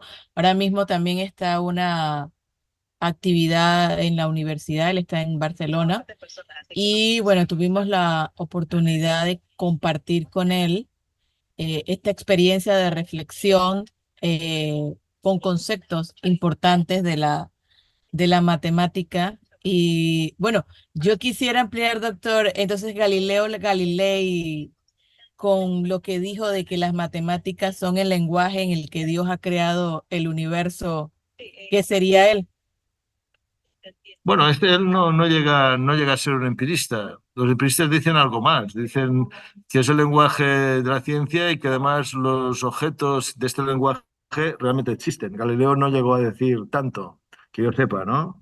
Ajá. No sé muy bien qué sería el creo, ¿no? Pero una cosa es decir que las matemáticas son el lenguaje de la ciencia y luego decir que los objetos matemáticos de este lenguaje tienen tanto derecho a existir como los objetos de la ciencia que se describen con matemáticas. Es un poquito más fuerte, ¿no? Ujú. Entonces, bueno, agradecemos Profesor, una última perdón. pregunta, profesor, antes que Ajá. se retire. Profesor, ¿y en su caso usted se considera realista o constructivista? Yo soy convencionalista, pero he hecho unos 30 libros de texto para alumnos de secundaria que todos son realistas y constructivistas de aprendizaje, ¿no? Pero bueno, que engaña a los alumnos no significa que me engañe a mí mismo. Me explico, ¿no? O sea, yo Hola, si tengo que explicar... profe, El profesor Eddy quiere compartir también. yo quería compartir, bueno, yo he escuchado bastante de esto, me imagino bastante, es bastante complejo las posiciones, o a veces uno tiene una mezcla de posiciones, pero eso ya no sería tener una misma tendencia. A mi parecer, yo siempre he visto la matemática como un concepto que ya existe y nosotros tenemos que prepararnos, o sea, nosotros tenemos que acondicionarnos para llegar, para poder llegar a ese objeto que ya existe. Es como decir que nosotros vivimos una atmósfera en la cual estas ideas matemáticas y estos conceptos matemáticos, abstractos o no abstractos, visibles o no visibles, nosotros tenemos que preparar nuestros cerebros porque para poder nosotros llegar a esos objetos. Eso sería una postura de mi Esto es lo que yo punto de vista. entiendo y que, perdona, lo que entiendo es lo que le llaman el platonismo débil. O sea, los matemáticos cuando hacen matemáticas funcionan como usted dice, ¿no? Y no hacen, no se preocupan de las curvaciones si existen fuera del espacio, del tiempo y tal, ¿no? Hacen esto que usted dice, que es lo que se llama el platonismo débil, ¿no? Si usted puede definir algo y no está en contradicción, va a suponer que existe, ¿no? Claro. Es un poco lo que hacen o sea, lo que se dice es que los matemáticos cuando trabajan actúan con lo que se llama el platonismo débil, que es que, bueno, todo lo que yo pueda demostrar que existe y no me lleva a contradicción, pues lo asumo que existe, ¿no? Sí, sí, Y no sí. me preocupo si existe Es como allí o decir que acá, Cristóbal, ¿eh? como decir que Cristóbal Colón descubrió América, ya América existía ya.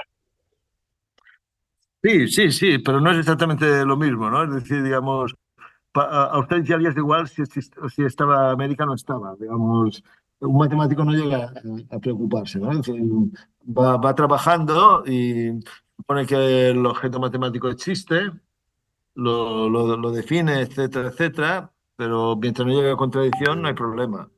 Pero ya no se preocupa si existía antes de él o no existía, ¿no? Es un tema un poco secundario, ¿no? ¿Qué es lo que hacen los matemáticos cuando trabajan, ¿no? Un matemático pues funciona como un platonismo débil, ¿no? No, disculpe, profesor, yo lo digo por la historia misma de la matemática. Hay personas que han hecho el análisis, el estudio de varias áreas y han llegado a las mismas conclusiones. O sea, eso significa que eso siempre ha existido y que esa conclusión que hemos preparado, o sea, la forma en que nosotros podemos llegar a ese mismo razonamiento o a ese mismo resultado, no va a llegar a esa idea. Eso, por lo tanto, eso siempre ha existido. No es una cuestión temporal que va a existir o no ha existido, sino antes o mucho antes de que nosotros podamos tener una maduración para poder entender ese concepto. Esa es mi postura, ¿no? Sí, que eso yo, por decir alguna cosa en este esquema que he dicho, sería un platonismo débil habitual y normal en cualquier persona que hace matemáticas, que digamos, no se preocupa por el tema de la existencia de los objetos a fondo, ¿no? Sino simplemente le resulta cómodo suponer que existen y va trabajando y es lo que hacen todos los matemáticos, ¿eh? Claro, que os lo he explicado yo sería un problema más de filósofos que de matemáticos, ¿no? El matemático vive cómodo en su platonismo débil y ya está, ¿no? Porque incluso las matemáticas intuicionistas, que son muy interesantes, tampoco le interesan, ¿no? No quiere renunciar a las demostraciones no constructivistas ni a las demostraciones por reducción al absurdo, todo esto. ¿Y por qué el nombre de platonismo débil? Bueno, porque, digamos, usted asume que existen, pero no se preocupa realmente de profundizar sobre esta existencia. Me estoy quedando sin batería y se me va a cortar de un momento a otro la comunicación por falta de batería. Digamos que usted no entra a fondo en la reflexión sobre esta existencia. Le resulta cómodo suponer que existen con independencia de usted. Y ya está, le resulta cómodo. Y a partir de aquí hace matemáticas. Bueno, Muchas gracias. Pues esto le llaman agradezco. el platonismo débil, ¿no? Porque es una... a efectos prácticos funciona de esta manera, es útil, se encuentran resultados, es como funcionan los matemáticos y no se meten en líos de entrar a discutir cuál es la existencia de estos objetos que ellos están manejando, ¿no? Dan por supuesto que existen y ya está. Ok, gracias, profesor. Oiga, profe, un saludo, un abrazo de parte de acá Muy de bien, Panamá. hasta Por la acá, próxima. doctor, hago el acercamiento para todo el grupo que nos invite. Obvio que tenemos que buscar fondos para estar un debate presencial con usted de unos 2 días. Creo que nos hace el cambio de chip que necesitamos muchos. Así que de repente acá el profesor nos puede ayudar en la vicerrectoría. Muy bien, de acuerdo, pues aquí les espero. Vale, Sí, adiós. profe, sí, ya estamos terminando. Yo Sí, quisiera agregar ¿alguien que quiere hacer una pregunta, doctor? Bueno, si se me corta la siento que, comunicación es porque estoy sin batería, diga. siento que el hombre no podrá alcanzar sus metas con la matemática como quisiera. Es una cosa, usted lo ha dicho, es empírico. Y es difícil, totalmente difícil que el hombre lo alcance. Si quizás en un momento dado logra demostrarlo y entonces viene otro y lo contradice o por alguna situación. Pero es tan universal que el hombre no tiene la capacidad de alcanzarlo porque nunca va a terminar. Porque según cómo va el avance de la ciencia, la tecnología, pues demuestra claramente que el hombre, por el tiempo de existencia que tiene la Tierra, no podrá alcanzar ese objetivo nunca. Pero sí podemos gozarnos con eso y podemos dar muchos aportes, seguir avanzando con la ciencia hasta donde podamos llegar nosotros. Pero en nuestra edad no habrá tiempo, porque así mismo como muchos científicos han dejado la matemática a media, viene otro y lo termina en la investigación, eso demuestra claramente hasta la fecha que será así por siempre. Muy bien. Estoy de acuerdo, no tengo ningún comentario. Bueno, muchísimas gracias, doctor, por su presencia aquí, por la parte reflexiva que nos ha dado en el tema matemático y la parte epistémica que es importante. Dejamos que el doctor se retire para entonces conversar un rato nosotros aquí. Chao, doctor, Muy bien. gracias. Adiós, adiós. Chao. Gracias.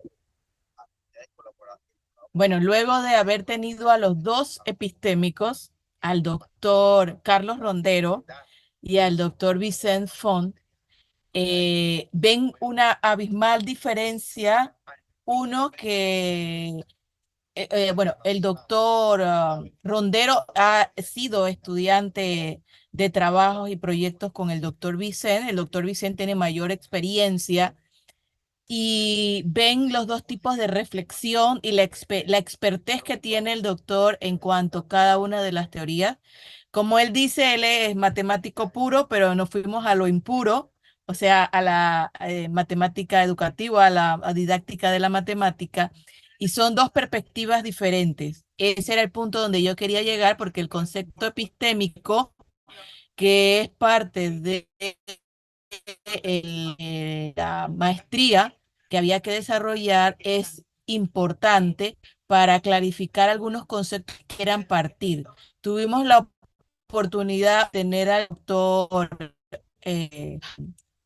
Fermín, que nos habló de conceptos matemáticos, y la próxima semana vamos a tener seguido 3 matemáticos puros que van a hablar cada uno de sus trabajos de maestría para que vayan pensando en el tema que al final de toda esta sesión tienen que presentarme. Entonces, mañana vamos a tener al jefe del área de matemática de México, el jefe del profesor, siempre se me va el nombre que tuvimos,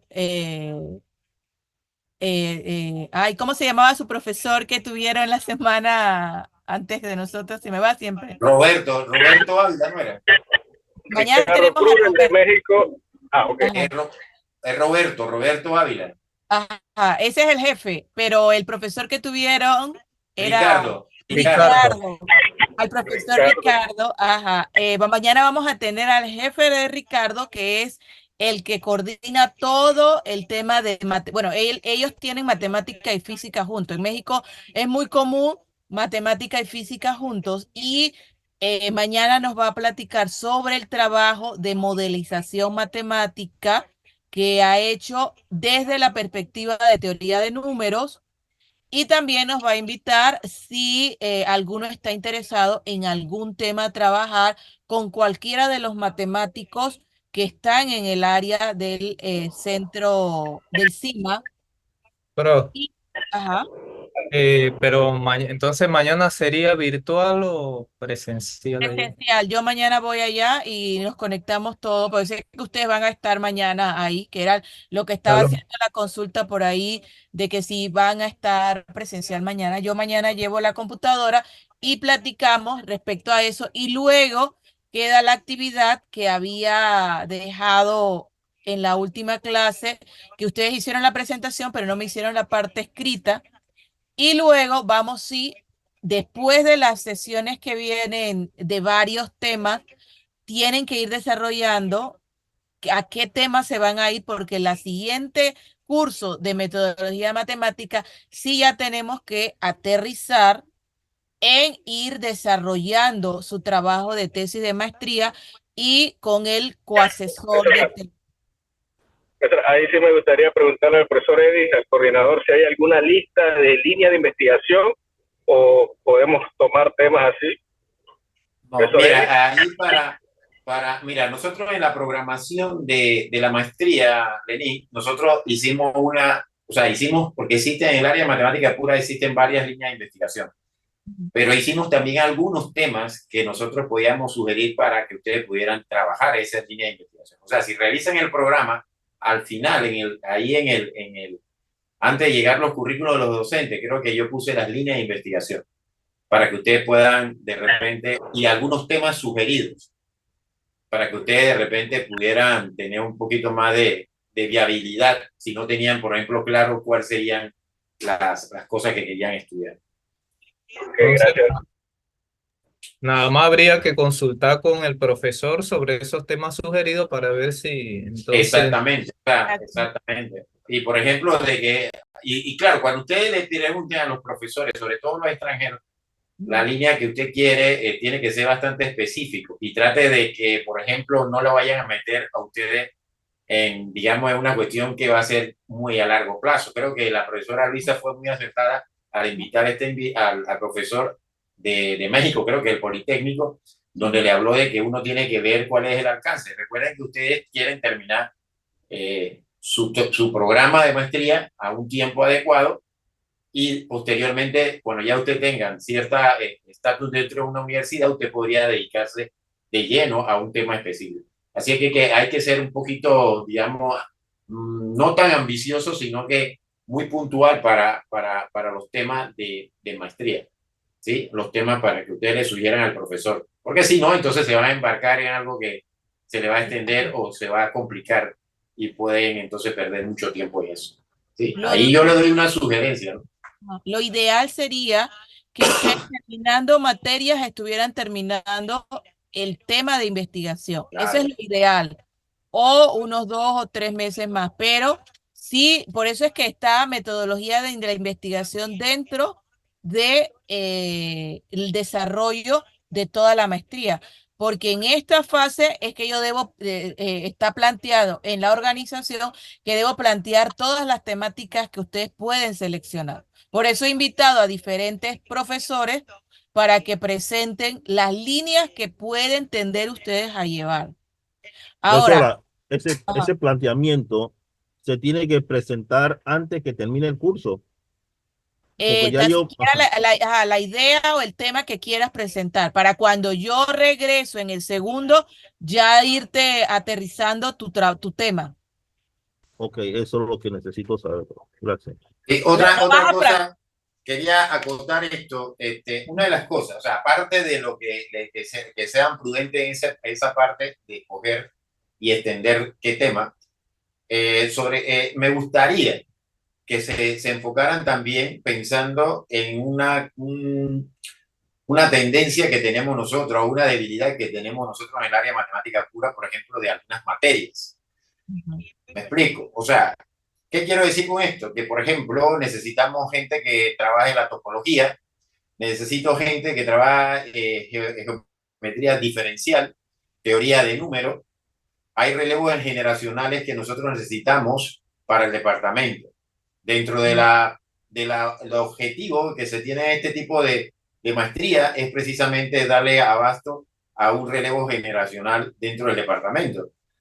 Porque claro, que usted de repente puede tomar un tema, pero o sea, sería más prudente pensar en qué yo pudiera tener facilidad en el futuro sobre este Sí. tema dentro de mi profesión, ¿sí? Se necesita y de repente si usted quisiera, de repente yo le diera con más detalle cuáles son las cosas que realmente necesitamos que ustedes manejen. Por ejemplo, Abdul, él ha manejado muchas otras cosas, pero por ejemplo necesitamos que él quisiera, o sea, que se metiera en un tema específico que cuando él llegara al departamento dentro de un par de años, de repente él pudiera decir, bueno, yo hice mi tesis sobre teoría de números, yo me puedo encargar del curso de teoría de números.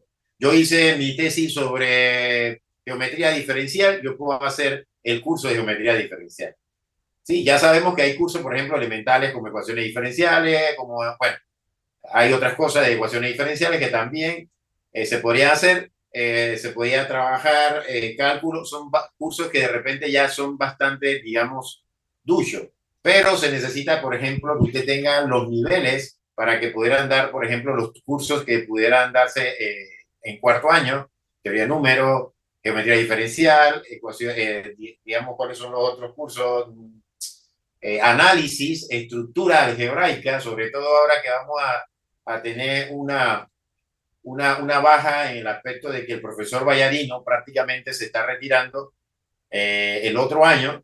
Para nosotros es un maestro de la estructura algebraica y esa estructura algebraica, esa enseñanza, de repente va a adolecer ciertas cosas por esa falta de experiencia que va a tener, que se va a salir dentro del departamento, que es el del profesor Vallarino. Así que de repente vayan viendo también esas opciones conjuntamente con sus temas de tesis. O sea, no lo podamos ver solamente en forma aislada, sino que también tenemos que verlo a futuro dentro del departamento de lo que quieran todavía ejercer dentro de la profesión.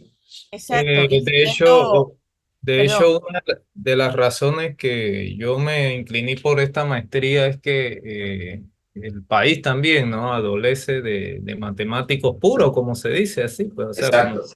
solía decir mis profesores evangelistas que Moisés y el profesor Rogelio Rosa y todas estas personas, todos estos profesores que nos dieron claro, el mismo Vallarino también, que fue mi profesor, Carvalho, etcétera. Pero de verdad que sí es una falencia, porque de por sí matemáticos hay poco, y si son puros, de matemática pura, pues menos. Mucho menos. Entonces, ajá, mucho menos. Entonces, esta fue una de las razones. Y ahora que usted toca ese tema de la tesis, sí me gustaría que fuera una de esas, o de análisis matemático, o de topología, o de álgebra, que ahí donde está el profesor Vallarino, que tiene que ver, Exactamente, exactamente. etcétera. Y vayan viéndolo desde ese punto de vista, porque ustedes son la nueva camada dentro de esto, ¿no? O sea, no hay otro programa de maestría en matemática pura. Ustedes son los únicos. Entonces, por Profe, eso hay que verlo de ese punto de vista, ¿sí? Y a hay mí me interesa la una parte, ¿sí? me interesa la parte de los números. Yo lo mencioné varias veces ya en los sí, métodos. a cada uno, Rolando, por eso es que le he traído cada especialista para que ustedes se acerquen más adelante. Eh, a- les digo que mañana vamos a tener a uno de teoría de números. El profesor que les va a dar clase de ecuaciones diferenciales, él es algebrista. Entonces, de repente algún trabajo con él también va a presentar. Hay un topólogo que viene, o sea, he buscado cada una de las deficiencias que ya me había manifestado el profesor Edis, y esos son los cuatro que te digo. Obvio que no son los únicos, podemos buscar otros especialistas, pero como les dije, por ahora necesito que al finalizar de este curso ustedes me digan a qué temática se van, porque en la siguiente sesión ya yo debo conectarlos, porque ustedes tienen que, la meta, finalizando la maestría, finalizando su trabajo de tesis para Profesora, sustentar. Creo que ¿algún alguien había especialista? levantado la mano. Ajá. Lenín. Sí, algún especialista en geometría diferencial. Va a haber uno que va a hablar, ese está en la Universidad de Houston. No les he mandado los nombres, pero hoy ya les estoy enviando todos los que aceptaron. Me falta el último, que sería el broche de oro con Eduardo Sáenz de Cabezón, que sería fabuloso que lo tuviéramos en la presentación, pero me está confirmando. Hidalgo, creo que era el que había levantado la mano. Sí, bueno, siguiendo el comentario del profesor Eddy, me parece, profesor Eddy, que sería muy interesante que, que usted, bueno, usted que está más allí cerca del departamento de matemáticas, viera cuáles son más que todo las áreas, especialidades dentro de las matemáticas puras que tienen más, ahora mismo se requieren más especialistas, y en función de eso pudiéramos trabajar las tesis. Porque observe que el profesor que nos está dando álgebra actualmente, teoría de Galois, él se le asignó fue porque él hizo la tesis en teoría de Galois. De hecho, si no hubieran hecho la tesis en esa área que hay que profundizar más, de repente, bueno, no sé si de repente se le hubiera contratado o no. Así que yo sí me parece genial, profesor, que esa postura suya, en vez de divagar en cosas que no tienen mucha relación con la realidad actual que estamos viviendo. Ese es mi comentario. Gracias. Muchísimas gracias, Hidalgo. Está preguntando Oces, como no tiene micrófono acá, que si el tema de investigación es cerrado. Depende mucho de las líneas de investigación del área de matemática pura, pero el profesor Edis ha dejado abiertos también según las necesidades. Ustedes se tienen que hacer prioritarios en el área, porque así mismo les dan cursos. O sea, ese es el punto clave que les ha dicho el profesor Edis. Se tienen que hacer necesarios. Y la única manera de hacerlo es desarrollando un trabajo de tesis. Obvio, no se vayan tanto extenso, algo puntual, algo que quieran plantear, y por eso les estoy haciendo los contactos con los especialistas, porque tampoco crean que en el departamento, en el área, vayan a haber especialistas. O sea, ustedes pueden divagar aquí si no se les hace los contactos, porque no hay el profesor que quiera llevar una tesis de maestría. Entonces, estamos buscando la oportunidad fuera, porque a ellos les interesa por el tema de ser evaluados en el Sistema Nacional de Investigadores. O sea, prácticamente los necesitan también. Entonces, estamos haciendo un mutuo intercambio. ¿Alguien había levantado la mano? Sí, profe. Una pregunta, profe. Mire, todos los trabajos de investigación finales individuales. Sí, obvio que las tesis de maestría, no sé, acá si me corrige el profesor Eddy, si se hacen en grupos todavía. No, son individuales. Okay. Creo que han cambiado mucho el tema de las metodologías que habían antes. Ahora les dije también el tema de los créditos. Si queremos estar en un perfil a nivel internacional, tenemos que adaptarnos a los perfiles internacionales. Y el punto ahí es el trabajo de investigación individual. Por eso les digo que es importante esta parte del tema epistemológico que está dentro del desarrollo del tema de la maestría. Tienen que haber cambios internos dentro de nosotros para poder reflexionar y ver hacia dónde, porque al final ustedes son entes distintos. Abdul. Ajá, profesora, no sé, pues se me vino la idea de que quizás, por ejemplo, el otro sábado, no sé si se podría ya, porque como usted dice, eso de la tesis toma tiempo, ¿no? Ya lo que hemos hecho un trabajo final, sabemos lo que es eso y todo lo que es. Para ver si el otro sábado, no sé, sacamos un tiempito y ahí cada compañero expone su tema de qué quisiera, de qué tema de tesis, ¿no? Me parece, no sé, es una sugerencia, no es una opinión, no sé. Eso, ajá, eso sería Para como ponerle una fecha, ya como ya cada uno venga con sus posibles temas, ¿no? No es que va a ser, pero al menos con sus posibles temas para ir avanzando en esa parte, ¿no? Como poner una fecha. Ahí yo me iría con Hidalgo, que antes de ese sábado que tú dices nos lleven las áreas más sensitivas o más Ah, necesarias. es que en el, dice el profesor Edic, yo lo leí ya también lo porque dijo. leí todo el temario de la maestría donde están los créditos y ahí están unos temas sugeridos. Hay varios ahí. Incluso al último lo repiten, me parece, también lo ponen ahí como un anexo. Entonces, para que nos vayamos leyendo y no haya choque también de temas, ¿no? De repente, si a un compañero le interesa uno y chocan, se puedan poner de acuerdo. Porque ya hay que ponerle, porque eso toma tiempo, de verdad. De hecho, hoy ustedes ven que la vicerrectoría extendió los periodos de tesis de toda la maestría porque eso toma tiempo. Sea, entre más rápido mejor, como dijo el profesor Eddie, entre más rápido mejor le pongamos fecha y trata de que el tema no nos extendamos tanto, porque nuestra meta es graduarnos, ¿no? Tener ese título y la otra es llenar ese hueco que hay ahí, por ejemplo, que va a dejar el profesor Vallarino y que van a ir dejando otros profesores especialistas, ¿no? Pero sí, ya como que el otro sábado sacamos un tiempito y debatiéramos sobre eso para que no haya choque de temas, me parece, no sé, me dirán mis Ahí compañeros. en la programación lo tenía para el 2 de marzo. Mañana tenemos una hora con el profesor Roberto por el tema de temas que pueden haber. Y en la segunda hora es donde íbamos a desarrollar el qué van a desarrollar ustedes de su trabajo.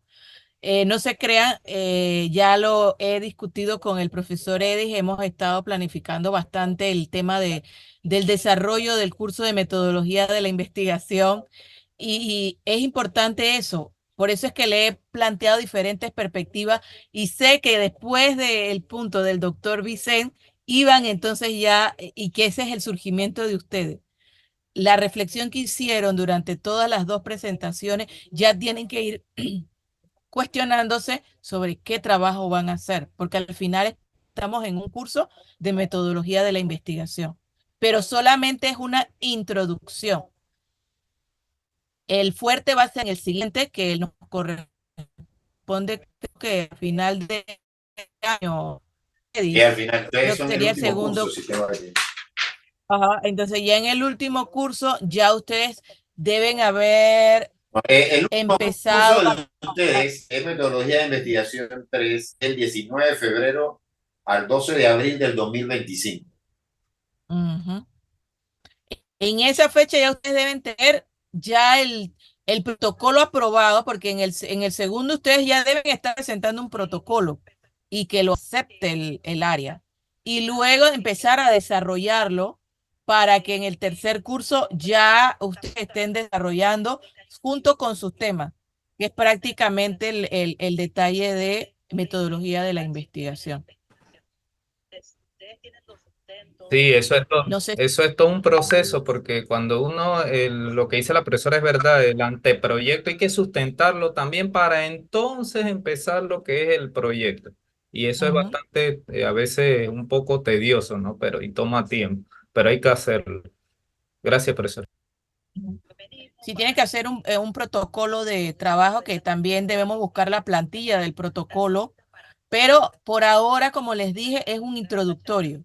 O sea, esto aquí ustedes tienen que ir pensando su trabajo, su línea que van a desarrollar y como dijo el profesor Edis, la clave es hacerse necesarios con el tema que vayan a seleccionar. O sea, Bueno, no divaguen en el tema, Yo lo felicito, profesora, lo felicito al profesor Eris. Eso nunca, por la edad que yo tengo, se había visto.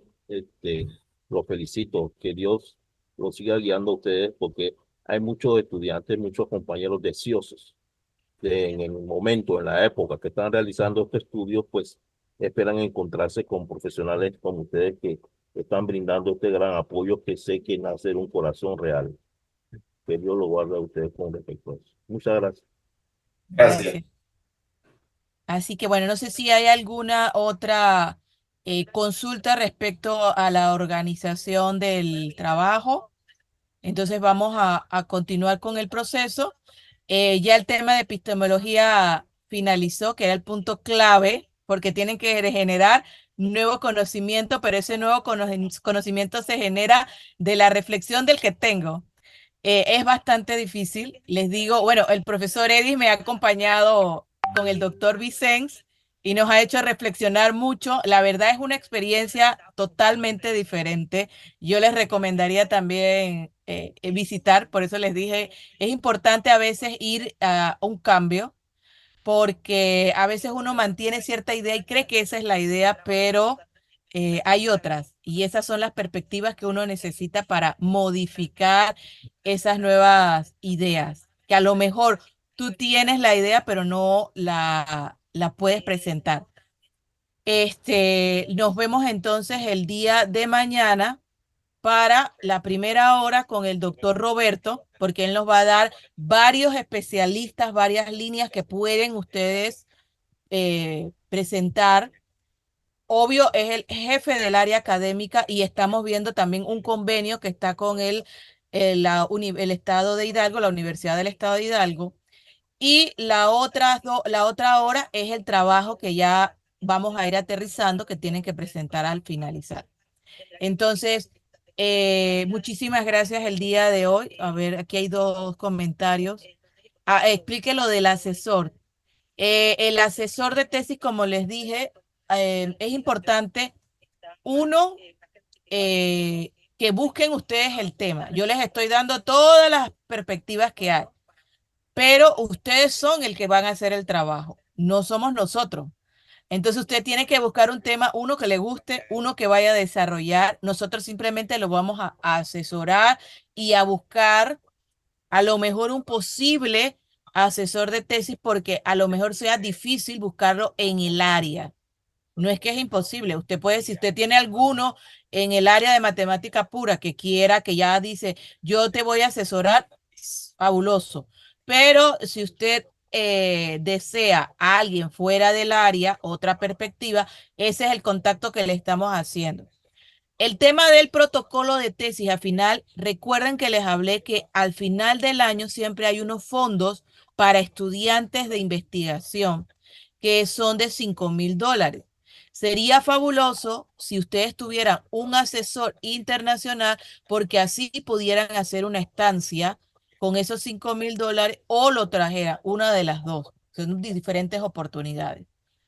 Que fue el punto que les dije de ir a hacer la estancia, la podíamos ir a hacer a Hidalgo, donde hay mayor área en matemática pura, o dependiendo cada uno puede ir en diferentes, porque los que voy a presentar la próxima semana, uno está en Portugal, Brasil y Houston, que son el área de matemática pura, que están bastante interesados en trabajar con nosotros, con Panamá.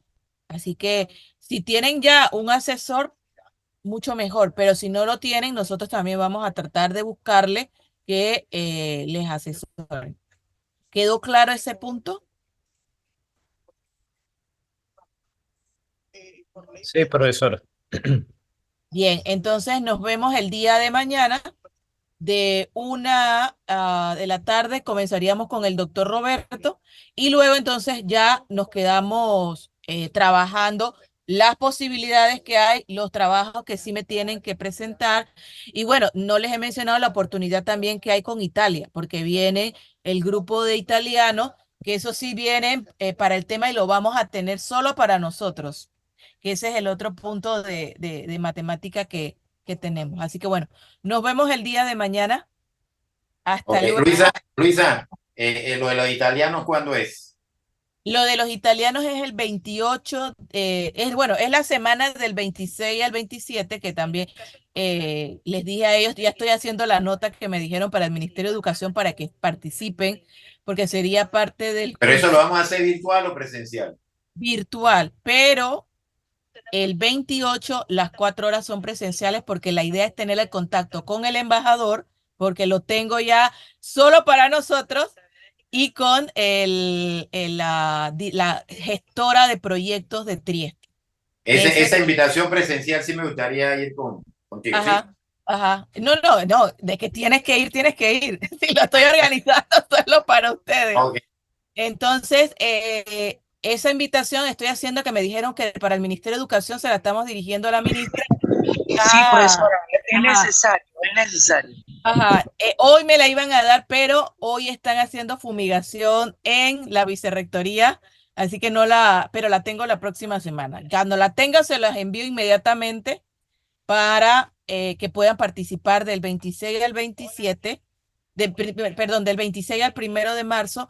Eso gestiónenlo, es en la mañana, 4 horas, pero presencial con ellos ese día. Es la oportunidad también clave porque el centro más importante en matemática es el ICTP, que está en Italia.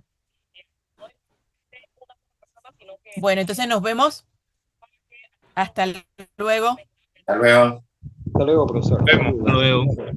Hasta mañana. Hasta luego. Hasta mañana. Gracias por todo. Saludos a todos. Hasta luego.